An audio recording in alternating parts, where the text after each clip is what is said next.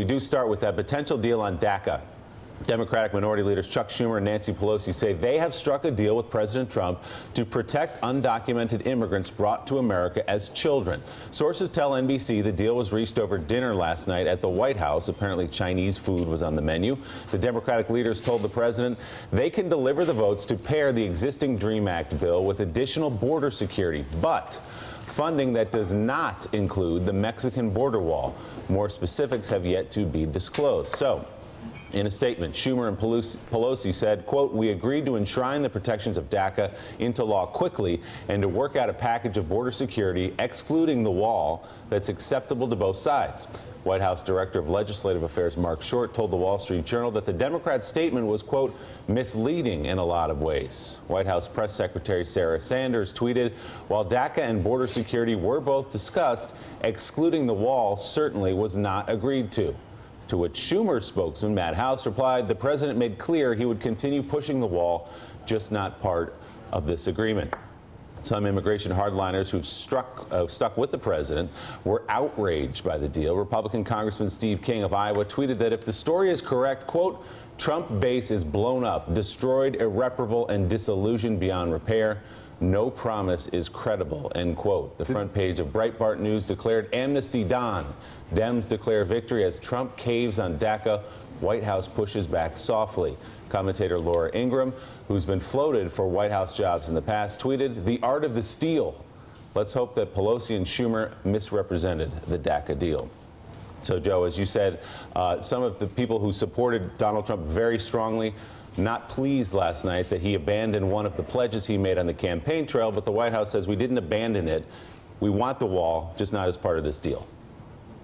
Well, yeah, and John Heilman, even Republicans, even Mark Meadows was saying, no, we don't need funding for the wall in this measure. So their dream of a wall continues. Yeah. But it's so funny listening to Steve King acting like Steve King understands what the Trump base is, and Laura Ingraham understands what the Trump base is, and all these other people are making the same mistakes that the mainstream media have made for years. Well, if Trump does this, then his base goes away. Right. And now they're the ones doing it, and what they're going to find is the Trump base is about Trump. Right. They are going to stay with him come hell or high water. So it's just funny now that now they're the ones that are screeching when, in fact, they should know by now that Donald Trump's base is all about Donald Trump and little else. Yes, that's certainly true, Joe. And look, but I think the reality here is that both of these sides are essentially saying the same thing about what got discussed last night. But the notion that if you parse it all out, the notion that there's going to be a deal that where the president's still going to pursue the border wall, but outside the context of DACA or a broader border security package, it leaves the wall as an isolated thing. And without any other kind of leverage attached to it, the wall's not going to go anywhere, right? So essentially the president's basically saying, I'm going to do the popular part of this. I'll push in symbolically, rhetorically, I'll continue to talk about the wall, but not that it ever really had any chance of getting funded anyway, but now it's basically he's admitting this is never really going to happen. So that's the fact of it. I agree with you that we don't know what the Trump base is going to think about this. These people who are saying it's now irreparably fractured are probably wrong because it is more of a cult of personality. But it is worth noting, if Trump is basically walking away from the wall now, he is walking away from the one thing that he campaigned on from pillar to post. So, what the political impact of that is, don't know. But it's worth noting that this is the moment where he basically said, hey, guys, you know what? I'm throwing in the towel. But the Trump White House said last night, Harold, they're not walking away from the wall. They're just not doing the wall as part of this deal. And that's always been the case. Again, as I said, Mark Meadows said a couple weeks ago, the Freedom Caucus said several weeks ago, Donald Trump's White House has said for some time, hey, we don't have to have the wall as part of the final deal. So they strike a deal, and it's not going to be part of this final deal in DACA. DACA is something that is overwhelmingly popular with the American people. And so that's the way he's moving forward. And he's doing something that actually is going to be popular with most Americans. I find it hard to believe that his base is going to run away from him on this one because, again, The base is about Donald Trump. The base is not about Steve King or what Steve King's base is about. It is unique to itself, and there are, only 12% of Americans, only 12% of Americans support Steve King and Laura Ingraham and Ann Coulter's position to remove or deport Dreamers. Only 12%. And what is it? 73% of Americans want Dreamers to stay, either as residents who are legalized or as citizens. And they can have the debate over that all they want. But only 1 in 10. Donald Trump last night agreed to a 90-10 proposition, Harold Ford. Right. And now he's got all these people screeching at Breitbart. Maybe he can look and go, oh, maybe that's why I've been sitting at 33% instead of 55% all this time. Because I have people that want me to be on the wrong side of a 90-10 issue. Let me try to add to your points. I think you've described it aptly and correctly. I'd say two additional things. One, we all know when the president's numbers go up, any president, he and one day will be able to say she is able to negotiate on a whole range of things. The president, as this program has noted, because the polls have indicated, has been stuck in the mid to high 30s over the last several weeks for a variety of reasons that have been discussed. This moves the numbers up. This will help to move the numbers up. Two, you're right. His base is likely not to go anywhere because Steve King or even Breitbart says what they may say. We've seen some data in the recent days showing even Democrats, as they have worked hard to try to portray and depict this president as being out of touch with mainstream Americans, their numbers have not gone up generically across the country. And finally, this makes the president 2 for 2.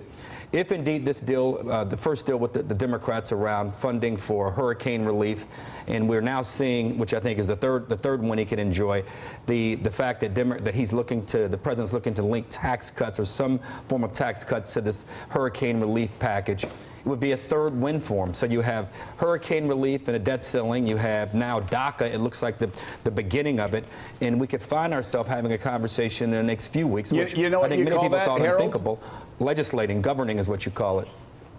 You call it legislating, you call it governing, you also call it momentum. No doubt about Nothing it. succeeds like success. He's getting things done, and guess what? Memo to Republicans on Capitol Hill, he's getting things done because he's not talking to you.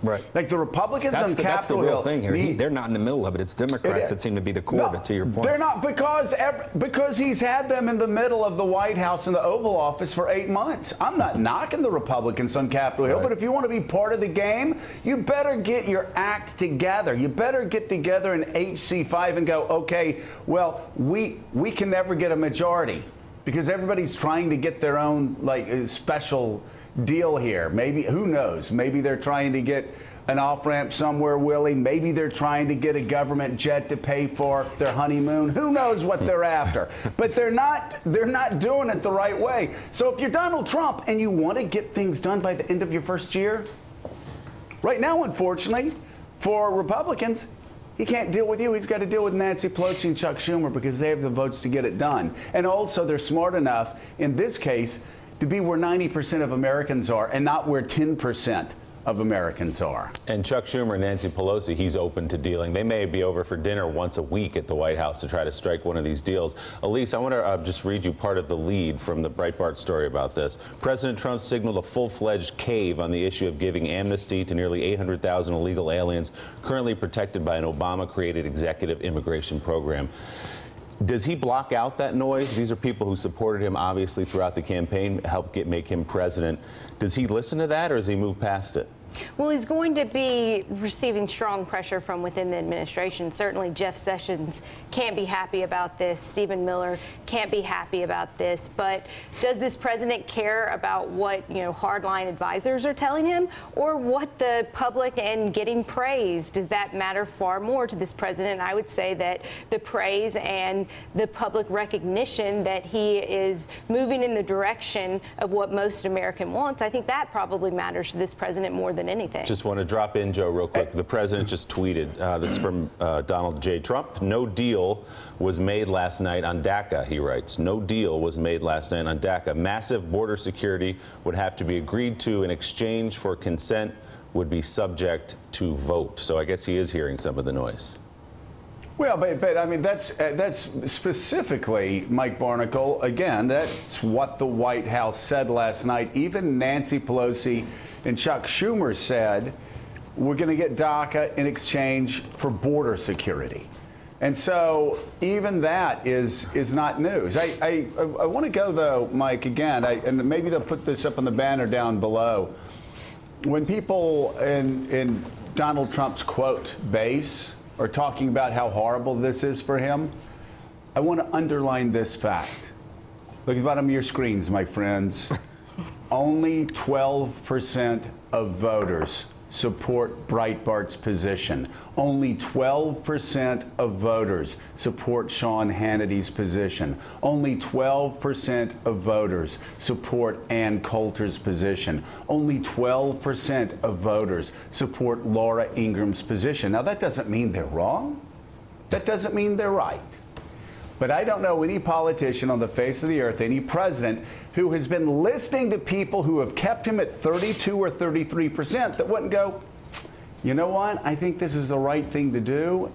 I promised in the campaign I would take care of these people. And hey, 90% of Americans are on my side. So yeah, I'm fine with the base being pissed off this morning, because they can sit and the 12% of them can get in a phone booth somewhere and hug in Washington, D.C. Well, there you go.